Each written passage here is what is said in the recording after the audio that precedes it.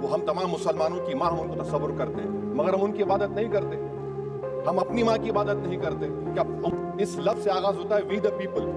हाकिम मुल्क किसी खुदा, देवी, देवता, मजहबी इलामत के नाम से नहीं चलता, ना मुल्क किसी एक मजहब की मिल्कियत है। इसीलिए बाबा साहब अम्बेडकर ने क्या कहा था, उन्होंने बहुत बहुत शुक्रिया आपका कि आपने एक अहम मौजू पर मुझे बोलने का मौका इनायत फरमाया।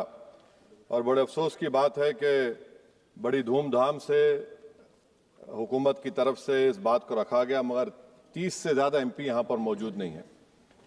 मैडम, पहले तो मैं वज़ीर आज़म की इस बात की मजम्मत करता हूँ और उनको बताना चाहूँगा कि जिना के बारे में उन्होंने जो कहा था, हम तो जिना के सख्त मुखालिफ है, इसलिए भारत को अपना वतन माने, मगर 42 में आपके प्यारे वीर और जिना की पार्टी ने नॉर्थ वेस्ट फ्रंटियर, सिंध और बंगाल में मिलकर हुकूमत चलाई और उस हुकूमत ने 1.5 लाख हिंदू और मुसलमानों को अंग्रेजों की फौज में शामिल कराया ताकि वो लड़े। तो किसी शायर ने अच्छा कहा था वजीर आजम के बारे में कि फरेब देकर जमाने को पारसा ना बनिए, इन्हें कहो कि वो बंदा बने खुदा ना बने, अमीर शहर यही चाहता या हजरत कि हमारी चीख गले में रहे सदा ना बने। दूसरी बात मैडम, हमारे वजीर दिफा जनाब राजनाथ सिंह साहब ने बड़ा ही अजीब व गरीब और तकलीफ दे बात कही उम्मुल मोमिनीन के बारे में और उम्मुल किताब के बारे में। उम्मुल मोमिनीन उनको कहते हैं जो हमारे प्रॉफिट मोहम्मद सल्लल्लाहु अलैहि वसल्लम की वाइफ हैं। वो हम तमाम मुसलमानों की माँ, हम उनको तस्वुर करते हैं, मगर हम उनकी इबादत नहीं करते। हम अपनी माँ की इबादत नहीं करते। उम्मुल किताब कुरान है, हम कुरान की इबादत नहीं करते। कुरान अल्लाह का भिजावा कलाम है। तो उसके बारे में भी शायर ने अच्छा कहा कि खबर नहीं जिन्हें अपने दीन व मजहब की, हमें वो दीन का मतलब सिखाने निकले हैं। अहम बात यह है कि मैडम, हमारे मुल्क का आइन क्या इस लफ्ज से आगाज होता है वी द पीपल। इसका आगाज भारत माता के नाम से नहीं होता है। हमारे संविधान का जो प्रियम्बल है वो क्या कहता है, liberty of thought, expression, belief, faith and worship. अगर दस्तूर का ये पहला सफा ये बात करता है तो फिर कैसे किसी शहरी को किसी खुदा, देवी, देवता की इबादत करने पर या सजदा करने पर मजबूर किया जा सकता है? आप ही की पार्टी से आज की जो बातें हुई है इसी कब हो रही हैं। हमारे कॉन्स्टिट्यूंट असेंबली में मैडम एक मोहतरमा थी रोहिणी कुमार चौधरी ने एक तजवीज दी थी कि प्रियम्बल में किसी देवी के नाम से शुरू हो। उन्होंने खास तौर से वंदे मातरम का जिक्र किया, मगर उसको कबूल नहीं किया गया। फिर KV कामत साहब ने एक तजवीज दी कि इट्स सिटीजन्स को बदलकर हर सिटीजन्स किया जाए और खुदा के नाम से शुरू किया जाए, वो तरमीम को मुस्तरद कर दिया गया। हमारे संविधान का उसूल यह है कि भारत क्या है, उसकी अवाम है, अवामी कानून की मुसन्निफ है, अवाम की मर्जी से सबसे बालातर है, अवामी हाकिम है। मुल्क किसी खुदा, देवी, देवता, मजहबी इलामत के नाम से नहीं चलता, ना मुल्क किसी एक मजहब की मिल्कियत है। इसीलिए बाबा साहब अम्बेडकर ने क्या कहा था, उन्होंने मदर इंडिया के नजरिए को मुस्तरद किया। बाबा साहब ने एक नई इस्तिलाह वजह कर दी और कहा कि भैक्षित भारत, ये बाबा साहब अम्बेडकर ने कहा।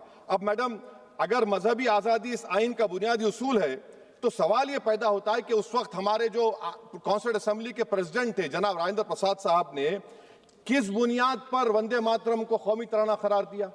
ना तो कोई सेक्यूर रेजोल्यूशन है इसके बारे में। मैडम, मैं आपको बताना चाहूंगा कि जुडिशरी क्या कहती है।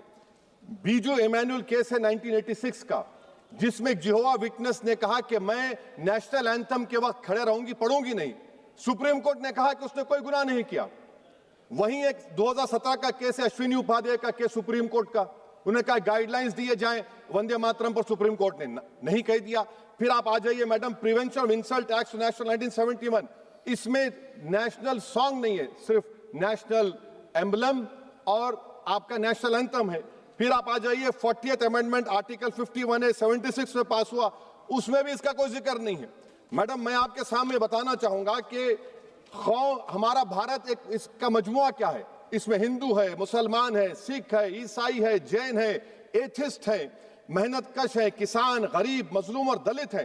मगर अगर जो तकारीर आज हमने यहाँ पर सुनी और बाहर जो सुनते हैं, अगर भारत को देवी कहने और उसके आगे सजदा करने, तो दरअसल कौम परस्ती को, वतन से मोहब्बत को मजहब में तब्दील कर रहे, और फिर यहाँ पर बोल रहे कि अगर भारत में रहना है तो वंदे मातरम गाना पड़ेगा। भाई, ये तो संविधान के खिलाफ है, सुप्रीम कोर्ट के जजमेंट के खिलाफ है। अगर वंदे मातरम मैडम कौमियत का मियार है तो फिर सवाल यह है कि हसरत मोहानी की कौमियत क्या थी जिसने इनकलाब जिंदाबाद का नारा दिया? अगर यूसुफ मेहरली ने quit India Simon go back का नारा दिया तो उसकी कौमियत क्या थी? अगर हैदराबाद से मौलवी अलाउद्दीन जो मक्का मस्जिद का पहला मुजरिम है काला पानी में, और तूरेबाज खान जो मारकर लाश को लटका दिया गया था हैदराबाद में 8 दिन तक, उसकी कौमियत क्या थी? अगर इनायतुल्लाह काफी जो जिहाद का फतवा अंग्रेजों के खिलाफ दिया मुरादाबाद में, जब उनको 2 दिन में फांसी की सजा दी गई, और जब फांसी की सजा के ऊपर जा रहे हैं तो इनायतुल्लाह मौलाना काफी की जबान पर क्या था? वो रसूलुल्लाह हमारे प्रॉफिट की नात पढ़ रहे थे। क्या पढ़ रहे थे? कोई गुल बाकी रहेगा ना चमन रह जाएगा, पर रसूलुल्लाह का दीन हसन रह जाएगा। तो उनकी कौमियत क्या थी? माल्टा की जेल में महमूदुल हसन, हुसैन अहमद मदनी 6 महीने माल्टा की जेल की ग्राउंड में पड़े रहे, उनकी कौमियत क्या थी? अल्लामा फजल खैराबादी का वो सेल काला पानी का पुकार पुकार कर से पूछ रहा है, जो वहीं पर मर गए, खबर वहां पर है, बताओ मेरी कौमियत क्या थी? मैडम, मैं एक मुसलमान हूं, मैं इस्लाम को मानने वाला बावकार इंसान हूं, और मेरे मजहब की बुनियादी तालीम तौहीद है, ला इलाहा इल्लल्लाह, नहीं है कोई खुदा सिवा अल्लाह के। और कुरान में अल्लाह क्या बोल रहा? इय्याका नाबुदु इय्याका नस्तईन, तुम मेरी इबादत करो, मुझे मानो। मुझे कहां से मिल रहा? आर्टिकल 25 से मिल रहा है। मुझे कहां से मिल रहा है? Liberty of thought, expression, belief, faith and worship से मिल रहा है। तो इसको जोड़ना ये बहुत ही खतरनाक होगा। और हमारे प्रॉफिट मोहम्मद सल्लल्लाहु अलैहि वसल्लम जब मदीने को गए तो उन्होंने उस वतन के लिए दुआ की, कहा कि अल्लाह मदीने की मोहब्बत हमारे दिलों में और इजाफा कर दे, मक्के से ज्यादा कर दे। तो ये इस्लाम, मुसलमान होना, हमारे ईमान में मुल्क की मोहब्बत बीच में नहीं आती, और मुल्क से मोहब्बत है और रहेगी हमेशा, क्योंकि ये अजीम कुर्बानियां यहां पर शामिल है जिन्होंने जंग आजादी में हिस्सा नहीं लिया। आज अगर वो वतन की मोहब्बत का दर्ज देंगे तो बड़ा गलत होगा। मैडम, मैं आपके सामने एक चीज पढ़ूंगा। 1937 रविंद्रनाथ टैगोर ने लेटर लिखा सुभाष चंद्र बोस को, मैं सिर्फ किसी ने नहीं पढ़ा ये। क्या कहा टैगोर साहब ने? But parliament is a place of union for all religious groups and there the song cannot be appropriate. When Bengali Muslims show sign of stubborn fanatism, we regard it intolerable. When we too copy them and make unreasonable demands, it will be self-defeating. ये मैं इसको ले करूंगा madam, आप देख लीजिए। फिर दूसरी तरफ मैडम आप आ जाइए, मैं यहाँ पर बैठकर, हाँ, जितने तकारीर यहाँ पर हुए सब जनगण मन पर तनकीद किए, तो मैडम मुझे ये कहना पड़ेगा कि जनगण मन पर आप लोग इतनी तकलीफ क्यों उठा रहे हैं? आखिर इतनी तकलीफ क्यों है? तो मैं जब जाकर देखा तो मुझे 28 दिसंबर का ऑर्गेनाइजर मैगजीन का आर्टिकल मिला, जिसमें ऑर्गेनाइजर लिखता है कि what is the moral sanction behind government choice of Jana Gana Mana, except that it can be made an item of entertainment at the sumptuous parties thrown by government officials. आप बताइए, इसका बोलेंगे आप? और फिर उसके काइंड कैसा करते हैं? It will mean we can not love our motherhood. Madam please, it will mean that Vande Mataram is buried alive with the word Jan Gan Mana on the tombstone, for the tomb will also be of Jan Gan Mana of the will of the people. इस पर आप क्या बोलेंगे? Madam, मैं आपको ये बताना चाह रहा हूं कि वतन की मोहब्बत हमारे लिए बहुत अहम है, मगर ये बताइए हमको कि अभी मैडम यहाँ पर आनंद मठ के बारे में बहुत कुछ कहा गया। मैं सिर्फ 2 मिसालें आपको देता हूं। आनंद मठ के पेज नंबर 70 और 80 को पढ़ लीजिए।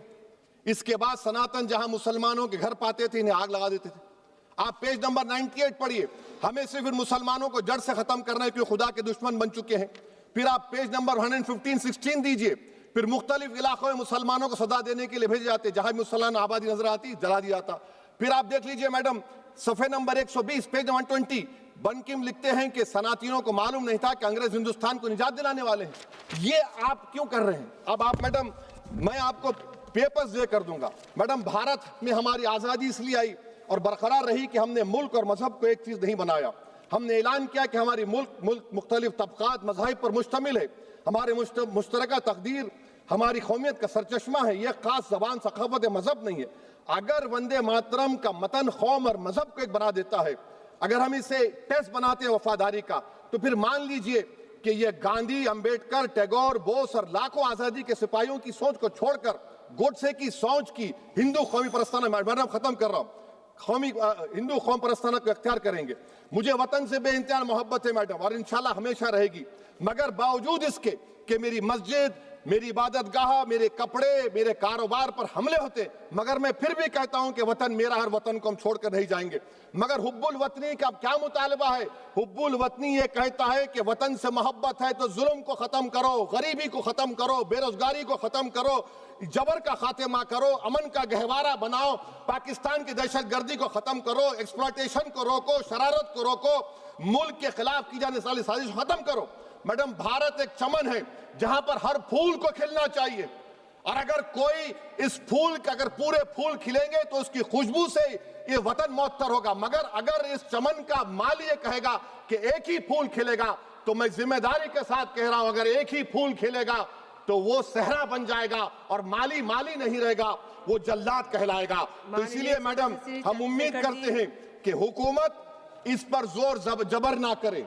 मेरा राइट है, यकीनन मैं जानता हूं कि आजादी के लड़ाई में वंदे मातरम का नारा था, मगर अगर आप इसको जबर करेंगे तो ये संविधान के खिलाफ है। वफादारी का सर्टिफिकेट हमसे मत लीजिए मैडम, खत्म कर रहा हूं, वफादारी का सर्टिफिकेट हमसे मत लीजिए। आपके बुजुर्गों के कोई एक किताब में लिख के क्या लिखा है बता दीजिए, कहां पर क्या लिखा हुआ है। तो मैं मैडम, मैं इस शेर पर अपनी बात को खत्म कर रहा हूं मैडम, मैं इस शेर पर अपनी बात को खत्म कर रहा हूं मैडम, मैं अपनी बात को खत्म कर देता हूं मैडम, क्योंकि आप बहुत जल्दी में हैं। कि भारत जिंदाबाद, हिंदू मुसलमान जिंदाबाद, दलित जिंदाबाद, ईसाई जिंदाबाद, आदिवासी जिंदाबाद, जो किसी खुदा को नहीं मानते वो भी जिंदाबाद, और मैडम सब पिछड़ा सब आ गया इसमें। तो हम उम्मीद करते कि इस रूह को आप समझेंगे अगर आप सिर्फ अपनी आइडियोलॉजी को लेकर चलेंगे। और आखिर में मैडम, जनाब बंकिम चंद्रा साहब के बारे में मैं आपके सामने डॉक्यूमेंट लेकर रहा हूं कि उन्होंने बीए का एग्जाम पास नहीं किया था, 7 मार्क्स से फेल हो गए थे, ये भी रख रहा हूं। तो आप जिसको लिटरेरी जायंट बता रहे ये नहीं है। बहुत बहुत शुक्रिया मैडम। धन्यवाद सभापति महोदया। मैं इस सदन का ध्यान